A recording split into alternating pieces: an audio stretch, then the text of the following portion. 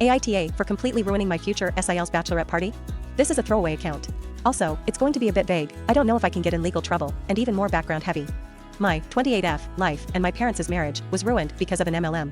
What happened was, my mother joined a supplement MLM, got way into it, drained both my and my brother's 33M college funds, and went into tens of thousands of dollars of debt to maintain her rank. When my father was injured and had to take some time off work, the house of cards she built came tumbling down.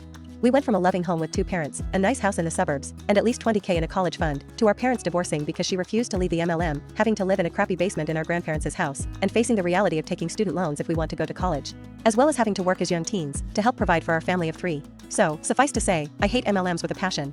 Now to the situation. My brother is marrying his fiancée, 29F, of 4 years, in 2 weeks. Last Saturday, I was invited to her bachelorette party. She said that she wanted a low-key night at her home, with some food, some alcohol, and some fun games. I get there, and including her, there are 14 other women. 3 of them are my cousins, who are 19 and 18. After I arrived, I was the last one there, because I live 3 hours away. One of the women stood up and said that the fun can now begin. Then, she dragged a chest of sex toys, and started pitching us her MLM. From the get-go, she said that my SIL agreed to host, and at the end of the night, depending on how much we got, she will get some money to help with her honeymoon. I was fuming. She knew how much both I and my brother hated MLMs, so I just stood to leave. Then I told my cousins to grab their bags and follow me. They tried to stop me, SIL and MLM hun, but I just said that we had to leave. But then, I couldn't just leave the other women to be preyed on.